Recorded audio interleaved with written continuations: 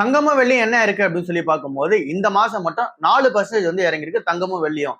என்ன ரீசனால அப்படின்னா இங்க சென்ட்ரல் பேங்க்ஸ் எல்லாருமே கோல்டு வந்து பை பண்ணிட்டு இருக்காங்கன்னு சொல்லிட்டு நம்ம சொல்லிட்டு இருந்தோம். அந்த சென்ட்ரல் பேங்க்ஸ் எல்லாருமே இங்க கோல்டு பை பண்றதுல 25% வந்து கட் பண்ணியிருக்காங்க. என்ன ரீசனால அப்படின்னா இங்க க்ரூட் ஆயிலோட பிரைஸ் வந்து ஏறது நம்ம கண்ணு முன்னாடியே வந்து தெரியுது. அப்படி க்ரூட் ஆயில் வந்து ஏறும்போது அதிக அமௌண்ட்ல கொடுத்து இங்க க்ரூட் ஆயில்ஸ் வந்து இங்க பை பண்ண ஆரம்பிச்சிருக்காங்க. ஸோ அந்த கோல்டு பையிங் வந்து ஸ்டாப் பண்ணிட்டு இருக்கிற டாலர்ஸ் ரிசோர்ஸ் எல்லாமே இங்க வந்து ஆயில வந்து வாங்கி வச்சிட்டு இருக்காங்க எல்லா கண்ட்ரீஸும். மெயினா சைனா மாதிரி கண்ட்ரீஸ் அந்த டர்க்கி மாதிரி கண்ட்ரீஸ்ல அதை வந்து பண்ணிட்டு இருக்காங்க. ரஷ்யா கிட்ட எனஃபான ஆயில் ரிசோர்ஸ் வந்து இருக்கு. அவங்க அந்த ஒரு கோல்டு வந்து பை பண்ணிட்டே தான் வந்திருக்காங்க. பட் ஆனா ஓவராலா பார்க்கும்போது இங்க சென்ட்ரல் பேங்க்ஸோட பையிங் வந்து 25% வந்து குறைஞ்சிருக்கு. இதனாலதான் கோல்டு வந்து இத்தனை நாள் வந்து ஏறாம இருக்கு. அந்த $5000 per ounce வந்து இப்ப ட்ரேட் ஆயிட்டு இருக்கு. சில்வரை பொறுத்தவரையுமே இதே மாதிரி சூழ்நிலை தான். இங்க சென்ட்ரல் பேங்க்ஸ் யாரும் வந்து பை பண்ண மாட்டாங்க.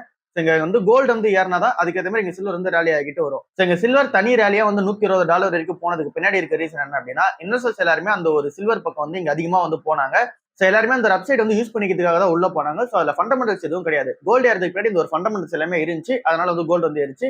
இப்போ இங்க வந்து மார்க்கெட்ல ஏறாம இருக்கிறதுக்கு பின்னாடி இந்த ஒரு ஃபண்டமெண்டல்ஸ் தான் இருக்கு. இன்வெஸ்டர்ஸ் யாரும் அந்த ஒரு சென்ட்ரல் பேங்க் இன்வெஸ்டர்ஸ் யாரும் பெருசா வந்து பை பண்ணல. அண்ட் தென் குளோபல் இன்வெஸ்டர்ஸ் எல்லாருமே இங்க பாண்ட் நோக்கி வந்து போக ஆரம்பிக்கிறாங்க. அதுல இருந்து இன்ட்ரெஸ்ட் வந்து கிடைக்கும்ல. சோ அதனால அங்க வந்து போக ஆரம்பிக்கிறாங்க. கோல்டு அண்ட் சில்வர்ல பெருசான அமௌண்ட் வந்து வைக்கல. இன்னமும் வார் சூழ்நிலை வந்து கண்டினியூ ஆகிட்டே தான் வந்து இருக்கு. கோல்டு அண்ட் சில்வருக்கு சாதகமா தான் வந்து இருக்கு. பட் ஆனா சென்ட்ரல் பேங்க்ஸ் எல்லாருமே அந்த ஒரு ஆயில் பை பண்றதுனால தான் கோல்டு வந்து ஏற மாட்டேங்குது. அப்படியே வந்து இருக்கு. இந்த மாசம் மட்டும் 4% கோல்டு வந்து இறங்கி இருக்கு. ஸோ இந்த ஒரு ஆப்பர்ச்சுனிட்டி நம்ம வந்து யூஸ் பண்ணிட்டு கோல்டு வந்து கன்சிடர் பண்ணிட்டே போவோம். ஸோ கோல்டோட இன்னைக்கான ரேட் என்னவா இருக்கு அப்படின்னா $5000 per ounce வந்து இருக்கு. சில்வர் வந்து $80 per ounce வந்து இருக்கு. ஸோ பெருசா அப்ஸ் அண்ட் டவுன்ஸ் வந்து கிடையாது. அமராஜா குரூப்போட R&D ஆர்ம் வந்து ஒன்னு இருக்கு. அந்த ஒரு R&D ஆர்ம் வந்து என்ன பிளான் பண்ணிருக்காங்க அப்படின்னா ஒன்னு புதுசா வந்து மேக் பண்ணிருக்காங்க. அது வந்து பவர் கண்டிஷனிங் கேபினெட்ன்றதா வந்து இருக்கு. பிசிசின்னு சொல்லிக்கலாம். ஸோ இந்த ஒரு பிசிசி வந்து எங்க யூஸ் பண்ணுவாங்க அப்படின்னா இந்த சப்மரைன் ஷிப்ஸ்லாம் வந்து இருக்குல்ல, டிஃபென்ஸ்க்காக யூஸ் பண்ற அந்த சப்மரைன் ஷிப்ஸ். அந்த ஒரு ஷிப்ஸ் எல்லாமே இங்க வந்து இன்னொரு ஷிப்ஸ் எதனா வருது இல்ல அப்படின்னா ஏதோ ஒரு ஆப்ஜெக்ட் வந்து வருது இல்ல அப்படின்னா ஏதோ ஒரு மிசைல் வந்து வருது அப்படின்னா அது வந்து சவுண்ட் மூலமா தான் வந்து ட்ராக் பண்ணும். ஏன்னா கடலுக்கு அடியில அந்த ஒரு சவுண்ட் அந்த ஒரு வைப்ரேஷன் மூலமா தான் வந்து இங்க ட்ராக் பண்ணி எடுத்துட்டு வரும். அதுக்காக யூஸ் பண்ற ஒரு காம்போனட்டா தான் இந்த பவர் கண்டிஷனிங் கேபினெட் வந்து இருக்கு. இந்த R&D ஃபெசிலிட்டி வந்து கொச்சியில வந்து இருக்கு. அங்கதான் வந்து தயாரிச்சிருக்காங்க. சோ இது வந்து இந்த அமராஜா கம்பெனியோட ஃபர்ஸ்ட் டிஃபென்ஸ் ரிலேட்டட் மெட்டீரியலா வந்து இருக்கு. ஒரு ப்ராடக்டா வந்து இருக்கு. அண்ட் தென் நம்ம இந்தியாவை பொறுத்தளவுலுமே இங்க மேக் இன் இந்தியாவோட அந்த மூவ் வந்து இருக்குல்ல. ஸோ அதனால இங்க 61% வந்து ஃபுல்லாவே இந்தியாவில மேக் பண்ணி அந்த ஒரு லோக்கலைஸ்டான ஒரு மெட்டீரியல் யூஸ் பண்ணி வந்து தயாரிச்சிருக்காங்க. 40% வெளியில இருந்து வாங்கியிருக்காங்க. ஸோ இங்க லோக்கலைஸ்டால தயாரிச்ச ரீசன்னால இங்க 40% காஸ்ட் சேவிங் வந்து இந்த கம்பெனியால பண்ண முடியுது. ஸோ இந்த ஒரு பிசிசிக்கு இங்க ஸ்டேபிளான எலக்ட்ரிசிட்டி வந்து தேவைப்படுது. அந்த ஸ்டேபிளான எலக்ட்ரிசிட்டி வந்து கொடுத்துட்டாங்க அப்படின்னா இந்த ஒரு காம்பனட் வந்து சூப்பரா வந்து யூஸ் ஆகும். ஸோ இது வந்து இந்த அமராஜாவோட ஃபர்ஸ்ட் டிஃபென்ஸ் ஒரு மெட்டீரியலா வந்து இருக்கு. ஒரு ப்ராடக்டா வந்து இருக்கு. இது இந்த அமராஜா கம்பெனி ஒரு நல்ல அப்டேட்டா வந்து இருக்கு. லீலா பேலசஸ் ஹோட்டல்ஸ் வந்து என்ன பிளான் பண்ணிருக்காங்க அப்படின்னா ஒரு லக்ஸரி ஹோட்டல் வந்து வாங்குறாங்க. எங்க அப்படின்னு சொல்லி பார்க்கும்போது கூர்க்ல வந்து வாங்குறாங்க. குடுகுன்னு சொல்லுவோம்ல. ஸோ அந்த இடத்துல வந்து வாங்கியிருக்காங்க. 560 கோடி ரூபாய் கொடுத்து அந்த ஒரு ஹோட்டல் வந்து வாங்கியிருக்காங்க. சோ இந்த ஒரு ஹோட்டல்ஸோட இப்ப கரண்ட் கெபாசிட்டியை பொறுத்தளவுல 71 வில்லாஸ் வந்து இருக்கு. அதை வந்து 90 வில்லாஸ் வந்து எக்ஸ்பென்ஷன் பண்ண போறதா வந்து சொல்லியிருக்காங்க. அந்த இது வந்து பிரைம் லொகேஷன்ல வந்து இருக்கு. இந்த ஒரு ஹோட்டல்ல இருந்து மட்டும் 165 இருந்து 175 கோடி ரூபாய் ரெவன்யூ மேக் பண்ணுவாங்க அப்படின்ற எக்ஸ்பெக்டேஷன்ஸ் வந்து இருக்கு. அண்ட் தென் இது மூலமா இந்த வெல்னஸ் டூரிசம் உள்ளே வந்து என்டர் ஆகுறாங்க இந்த லீலா பேலஸ் கம்பெனி. சோ இது இந்த கம்பெனிக்கு ஒரு நல்ல அப்டேட்டா தான் வந்து இருக்கு. அண்ட் தென் இந்த கம்பெனியோட பிளான் படி 15 ஹோட்டல்ஸ் வந்து இப்ப இருக்கு. அங்க இருந்து 24 ஹோட்டல்ஸா அடுத்த ஒரு 3 வருஷத்துல இருந்து ஓபன் பண்ணுன்றது இவங்களோட பிளானா வந்து இருக்கு. இது எல்லாமே மெயினான ஏரியால வந்து ஓபன் பண்ண போறதா சொல்லியிருக்காங்க. மெயினா எந்தெந்த ஏரியா அப்படின்னு சொல்லி பார்க்கும்போது இங்க மும்பை, ஆக்ரா, அண்ட் தென் இங்க வந்து அயோத்தியா இந்த மாதிரி இடத்துல ஓபன் பண்ண போறதா சொல்லியிருக்காங்க. ஸோ இது இந்த கம்பெனிக்கு ஒரு நல்ல அப்டேட்டா இருக்கு. பட் ஆனா இந்த ஒரு டைம்ல இந்த ஒரு ஷேர்ஸ் எல்லாம் நம்மளால கன்சிடர் பண்ண முடியாது. நம்ம வெயிட் பண்ணி தான் பார்க்கணும். இங்க ஃபார்மா ஸ்டாக்ஸ் பத்தி நம்ம நேத்தே பார்த்திருந்தோம். இந்த செமகுலேட்டேட்கான அந்த ஒரு பேட்டன்ட் எக்ஸ்பைரி மார்ச் 20ஆம் தேதிக்கு அப்புறம் நடக்க போகுது.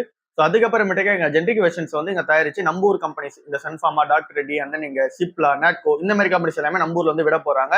ஸோ இதுக்கான மார்க்கெட் வந்து இப்ப காம்படிஷன் ஹெவியா தான் வந்து இருக்கு. இதை பத்தி தான் இங்க எல்லா ஆர்டிகல்ஸும் வந்து போட்டுக்கிட்டே வந்து இருக்காங்க. 10,000 இருந்து 12,000 ரூபாய் வந்து இப்ப அந்த ஒரு ட்ரக்கோட பிரைஸா வந்து இருக்கு. இதை லான்ச் பண்ணும்போது 14,000 இருந்து 16,000 வரைக்கும் லான்ச் பண்ணாங்க. இப்ப அந்த ஒரு பிராண்டட் ட்ரக்ஸ் கம்பெனியை வந்து பிரைஸ் வந்து கட் பண்ணிருக்காங்க. இந்த ஜென்ரிக் வெர்ஷன் ஆஃப் உள்ள வந்துச்சு அப்படின்னா 3000 ஸ்டார்ட் ஆகி 5,000 ரூபாய் வரைக்கும் அந்த ஒரு பிரைஸ் டெக் வந்து இருக்குன்னு சொல்றாங்க. ஆல்மோஸ்ட் 60% வரைக்கும் இங்க பிரைஸ் ரிடக்ஷன் வந்து நடக்குது. இதனால அந்த ஒரு ட்ரக் யூசர்ஸ் எல்லாமே யூஸ்ஃபுல்லா வந்து இருக்கும். அண்ட் தென் இதை மெயினா யார் யூஸ் பண்ண போறாங்கன்னு சொல்லிட்டு நமக்கு தெரியும். இங்க டயபிட்டிஸ் பேஷன்ஸும் அதான் நீங்க வெயிட் லாஸ்க்காக யூஸ் பண்ற அந்த ஒரு பேஷன்ஸ் வந்து யூஸ் பண்ணிருப்பாங்கன்றது நல்லா தெரியுது. இதுல இங்க டாக்டர் ரெட்டி நிறுவனத்துக்கு என்ன அப்படின்னு சொல்லி பார்க்கும்போது இன்னைக்கு வந்து இந்த ஜிஎஸ்டி டிமாண்ட் நோட்டீஸ் வந்து ரிசீவ் பண்ணிருக்காங்க. 2.2 crore ஜிஎஸ்டி டிமாண்ட் வந்து இங்க ரிசீவ் பண்ணிருக்காங்க. இது வந்து கம்பெனியோட பைனான்சியல்ல பெரிய எஃபெக்ட் வந்து இருக்காது. பட் ஆனா இந்த டாக்டர் ரெட்டி நிறுவனம் இது வந்து ரிசீவ் பண்ணிருக்காங்க.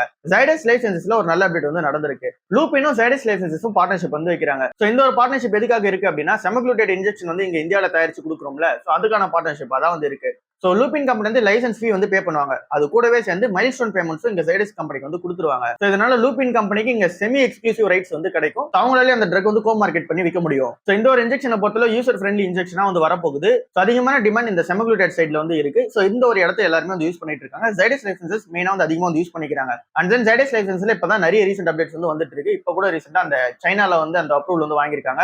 இந்த டெசிஜு ஸ்டார்ட்ன்ற ஒரு கிட்னி ட்ரக்கான அந்த அப்ரூவல் வந்து வாங்கியிருக்காங்க. ஸோ ஜைடஸ் லைசன்ஸ்ல நிறைய அப்டேட் வந்து வந்துட்டு இருக்கு. அந்த ஸ்டாக் நம்ம வந்து கன்சிடர் பண்ணிட்டே போவோம். டாடா ஸ்டீல் நிறுவனம் என்ன பிளான் பண்றாங்க அப்படின்னா $2 பில்லியன் வந்து இன்வெஸ்ட்மெண்ட் பண்ண போதா சொல்லியிருக்காங்க. அவங்களோட ஓவர்சீஸ் ஆர்ம்ஸ்ல வந்து இன்வெஸ்ட்மெண்ட் பண்ண போதா சொல்லியிருக்காங்க. 18,000 கோடி ரூபாய் வந்து வருது. அதை வந்து அங்க ஓவர்சீஸ்ல வந்து இன்வெஸ்ட்மெண்ட் வந்து பண்ண போறாங்க. எதுக்காக அப்படின்னா இங்க டெப்ட் வந்து மேனேஜ் பண்றதுக்காகவும் அந்த டெப்ட் வந்து குறைக்கிறதுக்காகவும் அந்த ஒரு பிசினஸ் ஆபரேஷன்ஸ் எக்ஸ்பென்ஷன் பண்ணிக்கிறதுக்காகவும் இந்த ஒரு அமௌண்ட் வந்து யூஸ் பண்ணிக்க போதா வந்து சொல்லியிருக்காங்க. அப்புறம் இந்த கம்பெனில ஒரு சப்சிடரி கம்பெனி வந்து இருக்கு. NINLன்னு சொல்லிட்டு ஒரு கம்பெனி இருக்கு. நீலச்சல் இஸ்பட் நிகாம் சொல்லிட்டு ஒரு கம்பெனி இருக்கு. அதையுமே டாடா ஸ்டீல் கூட வந்து கம்ப்ளீட்டா மெர்ஜ் பண்ண போதா வந்து சொல்லியிருக்காங்க. அப்படி மெர்ஜ் பண்ணிட்டாங்க அப்படின்னா லோயர் காஸ்ட்ல வந்து பெட்டரான எஃபிஷியன்சி வந்து இந்த கம்பெனியால காமிக்க முடியும். ஸோ அதனால அந்த மெர்ஜர் வந்து நடக்க போதா சொல்லியிருக்காங்க. அப்புறம் ஒடிசால வந்து ஒரு ஹாஸ்பிட்டலே வந்து பை பண்ணியிருக்காங்க. அந்த கம்பெனியோட எம்ப்ளாயிஸ் யூஸ் பண்ணிக்கிற மாதிரி, அப்புறம் இங்க மக்கள் வந்து யூஸ் பண்ணிக்கிற மாதிரி அந்த ஹாஸ்பிட்டல் வந்து இங்க இருக்கணும் அப்படின்றதுக்காக அந்த ஒரு ஹாஸ்பிட்டல் வந்து பை பண்ணிருக்கதா சொல்றாங்க. ஸோ டாடா ஸ்டீல்ல இந்த ஒரு அப்டேட்ஸ் எல்லாமே நடந்திருக்கு. டாடா மோட்டர்ஸ் பத்தி டீடைலான ஒரு ஆர்டிகல் வந்து வந்திருக்கு. அந்த ஆர்டிகல் என்ன சொல்றாங்க அப்படின்னா டாடா மோட்டர்ஸ் வந்து இப்போ ரீரேட்டிங் பண்றதுக்கான பிளான்ல இருக்க போறதா வந்து சொல்லியிருக்காங்க. ஸோ ரீரேட்டிங் அப்படின்னா எப்படின்னு சொல்லி பார்க்கும்போது இங்க டாடா மோட்டர்ஸ் பேசஞ்சர் வெஹிக்கிள் வந்து டவுன்ல போகும் அப்படின்னு சொல்லிட்டு தான் எல்லா கம்பெனியும் ரேட்டிங் வந்து கொடுத்திருந்தாங்க. அவங்களோட அந்த பிரைஸ் டார்கெட் எல்லாமே கட் பண்ணியிருந்தாங்க. எல்லாருமே செல் ரேட்டிங் வந்து வச்சிருந்தாங்க. பட் ஆனா இப்ப இருக்கிற அந்த ஒரு பிசினஸ் ஆபரேஷன்ஸை பார்த்துட்டு ரீரேட்டிங் வந்து பண்ண போற பிளான்ல இருக்கதா சொல்றாங்க. பை ரேட்டிங் கொடுக்கறதுக்கான சான்சஸ் இருக்கதா வந்து சொல்றாங்க. எதனால வந்து இந்த ரீரேட்டிங் பிளான் பண்ணிருக்காங்க அப்படின்னா இந்த பிசினஸ் கம்ப்ளீட்டா வந்து இருக்கிறது இந்த EV and then passenger vehicle அப்புறம் இங்க வந்து JLR இதை நம்பி தான் வந்து இருக்கு. JLR தான் மெயினான பிசினஸ், அதுதான் கோர் பிசினஸ். ஸோ அந்த ஒரு பிசினஸ் வந்து இப்போ அஃபெக்ட்ல வந்து இருக்கு. மெயினா அந்த ஒரு கம்பெனில அந்த ஒரு ப்ராடக்ட் வந்து வெளியே வரல, அதனால அஃபெக்ட்ல வந்து இருக்கு. ஸோ இந்த ஒரு ரிகவரி வந்து இந்த டைம் வந்து எடுக்கும். பட் ஆனா இந்தியன் ஆபரேஷன்ஸ் பொறுத்தவரை சூப்பரா தான் வந்து போயிட்டு இருக்கு. Passenger vehicle and then EV vehicle ரெண்டுமே வந்து சூப்பரான பெர்ஃபார்மன்ஸ் வந்து கொடுத்துட்டு இருக்கு. அங்க இருந்து மார்ஜின்ஸ் அதிகமா கிரியேட் பண்ண ஆரம்பிச்சிருக்காங்க இந்தியா பிசினஸ்ல இருந்து. ஸோ இதை எல்லாமே நோட் பண்றாங்க. அண்ட் தென் இங்க வந்து இந்த குளோபல் பிசினஸ் வந்து பிரச்சனையில இருக்குல்ல, திரும்ப அதில் வந்து ரிகவரி ஆக ஆரம்பிச்சிருவாங்க. அதிகமான டெப்ட் வந்து இப்ப கிளம்பி இருக்கு. அந்த ஒரு டெப்ட் வந்து திரும்ப ரீபே பண்றதுக்கான கெப்பாசிட்டி வந்து இந்த கம்பெனிக்கு வந்து இருக்கு. ஸோ அப்படி இருக்கும்போது இந்தியா பிசினஸ் வந்து இங்க வந்து சூப்பரா பெர்ஃபார்மன்ஸ் இருக்கு. குளோபல் பிசினஸ் ரெக்கவரி வந்து ஆக போகுது. டெப்டும் மேனேஜபிளா வந்து இருக்கு. ஸோ அதனால ரீரேட்டிங் கொடுக்கறதுக்கான சான்சஸ் இருக்கதா சொல்றாங்க.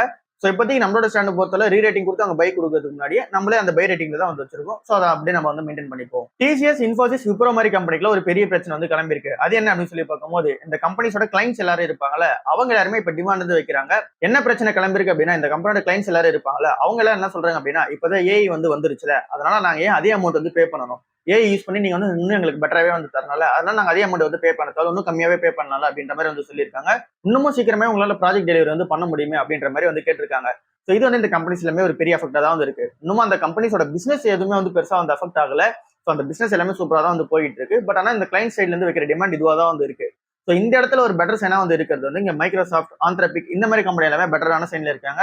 அவங்க வந்து இந்த ஒரு மார்க்கெட் ஸ்பேஸ் வந்து ஈஸியா கேப்சர் பண்ணிக்க முடியும். ஏன்னா அவங்க கிட்ட அதுக்கான டூல் வந்து இருக்கு. அந்த ஒரு டூல் தான் இப்போ இந்த கம்பெனிஸ் எல்லாமே தயாரிச்சிட்டு இருக்காங்க. அந்த ஒரு ப்ராடக்ட் தான் தயாரிச்சிட்டு இருக்காங்க. ஸோ அது தயாரிக்கிற வரைக்கும் இந்த மாதிரியான பிரச்சனை வந்து போயிட்டு தான் இருக்கும். அந்த இன்ட்ரெஸ்ட் ரேட்டுமே உங்களுக்கு சாதகமா வந்து கிடையாது. இந்த IT கம்பெனிஸ்க்கு கொஞ்சம் அதிகமான இன்ட்ரெஸ்ட் ரேட்ஸ் தான் வந்து இருக்கு. இங்க கிளைண்ட்ஸ் எல்லாமே ப்ராஜெக்ட் வந்து ஸ்பெண்ட் பண்ண மாட்டேங்கிறாங்க. இன்ஃபோசிஸ் கம்பெனியுமே ₹1210 கிட்ட வந்து இப்போ வந்துட்டு தான் வந்து சொல்றாங்க. ஸோ இது வந்து 2023 ஏப்ரல் லெவலுக்கு வந்து திரும்ப வந்திருக்கதா வந்து சொல்றாங்க. ஸோ வந்து இந்த மாசம் மட்டுமே 20% கீழே வந்து விழுந்திருக்கு. இந்த ஒரு கம்பெனிலுமே இருக்கிற பிரச்சனை இந்த ஒரு AI ரிலேட்டடான அந்த பிரச்சனையா தான் வந்து இருக்கு. அண்ட் தென் இந்த ட்ரெடிஷனல் ஐடி சர்வீசஸ் வந்து அடி வாங்கும் அப்படின்ற பிரச்சனை வந்து இருக்கு. அண்ட் தென் இந்த குளோபல் லெவலில் நடக்கிற சூழ்நிலையுமே இந்த கம்பெனி வந்து சாதகமா வந்து கிடையாது. ஸோ இந்த ஒரு கம்பெனியோட ஸ்டாண்ட் படி என்ன சொல்றாங்க அப்படின்னா 3-3.5% கம்பெனி growth வந்து இருக்கும்னு சொல்றாங்க. ப்ராஃபிட் மார்ஜின் growth பொறுத்த அளவுல 20-22% மெயின்டைன் பண்ணுன்றது இவங்களோட ஸ்டாண்டா வந்து இருக்கு. அதுக்கேற்ற மாதிரி கம்பெனி பிசினஸ் ஸ்டேபிளா தான் வந்து இருக்கு. கம்பெனியோட பிசினஸ் வந்து எதுவும் அந்த ஒரு கொலாப்ஸ் ஆகலாம் ஆரம்பிக்கல. ஸோ கம்பெனியோட பிசினஸ் நல்லா தான் வந்து போயிட்டு இருக்கு. எப்போ இந்த கம்பெனியோட பிசினஸ் வந்து கொலாப்ஸ் ஆக ஆரம்பிக்குது, எப்போ ஆர்டர்ஸ்லாம் எதுவுமே இங்க வந்து இந்த கம்பெனி வாங்காம இருக்காங்களோ அப்பதான் பிரச்சனையா இருக்கும். இப்போதைக்கு ஒட்டுமொத்தமா IT கம்பெனிஸ் அந்த டாப் 4 பிளேஸ் நம்ம கன்சிடர் பண்ணி இருக்கிற ஸ்டாக்ஸ்ல எதுலயுமே வந்து அந்த ஆர்டர்ஸ் வந்து குறைய ஆரம்பிக்கல. இருக்கிற ஆர்டர்ஸ் அப்படியே தான் வந்து இருக்கு. பட் ஆனா கிளைண்ட் டிமாண்ட் பண்றது இதுவா தான் வந்து இருக்கு. எப்பயுமே நம்ம கன்சிடர் பண்ணிட்டே போவோம். HDFC பேங்க் வந்து ஒருத்தவங்களோட போர்ட்ஃபோலியோல ஏன் இருக்கும் அப்படின்னு சொல்லிட்டு ஒரு ஆர்டிகல் வந்து போட்டிருக்காங்க. அதுல என்ன சொல்றாங்க அப்படின்னா HDFC பேங்க் வந்து கன்சிஸ்டன்ஸா வந்து growth ஆயிட்டே இருக்கு. ஈவன் மார்க்கெட் வந்து இங்க பேனிக்கா இருக்கும் போதுமே கன்சிஸ்டன்ஸா வந்து growth தான் வந்து இருக்கு. அந்த பிசினஸ் பொறுத்தவரையுமே பெருசா வந்து அஃபெக்ட் ஆக போறது கிடையாது. ஏன் அப்படின்னா அந்த பிசினஸ் சவுண்ட்ஃபுல்லா தான் வந்து இத்தனை நாள் வந்து இருந்துட்டு இருக்கு. இதுக்கப்புறமும் அப்படிதான் வந்து இருக்க போகுது அப்படின்றதையும் வந்து சொல்லியிருக்காங்க. ஸோ எப்படி இந்த ஸ்டாக்கை பத்தி பிளஸான நியூஸ் இருக்கும்போது இந்த ஒரு வார் சூழ்நிலையால மட்டும் 15% வந்து மார்க்கெட்ல வந்து இறங்கிருக்கு. அந்த ஒரு 15% நம்ம ஒரு ஆப்பர்ச்சுனிட்டியா வந்து பார்க்கணும். அந்த டைம்ல நம்ம வந்து அதை ஹோல்ட் பண்ணி வச்சுக்கணும்ன்றது அந்த ஆர்டிகல் வந்து போட்டிருக்காங்க. ஏன் அப்படின்னா கன்சிஸ்டன்டா வந்து மெனி இயர்ஸ் வந்து growth வந்து கொடுத்துருக்கு. அண்ட் தென் இந்த பேங்கை பொறுத்தவரை இப்போதைக்கு அந்த பிசினஸ்மே சவுண்ட்ஃபுல்லா தான் வந்து இருக்கு. ஸோ அப்படி இருக்கும்போது இப்போ கரண்டா ட்ரேட் ஆயிட்டு இருக்க அந்த ஒரு பேங்கோட வேல்யூவேஷனை பொறுத்தவரை முன்னாடி எவ்வளவு ட்ரேட் ஆயிடுச்சோ அதோட இப்போ வந்து சீப்பா வந்து ட்ரேட் ஆகுதான்னு சொல்றாங்க. அதனால கன்சிடர் பண்ணலாம் அப்படின்ற மாதிரி வந்து அந்த ஒரு ஆர்டிகல் வந்து போட்டிருக்காங்க.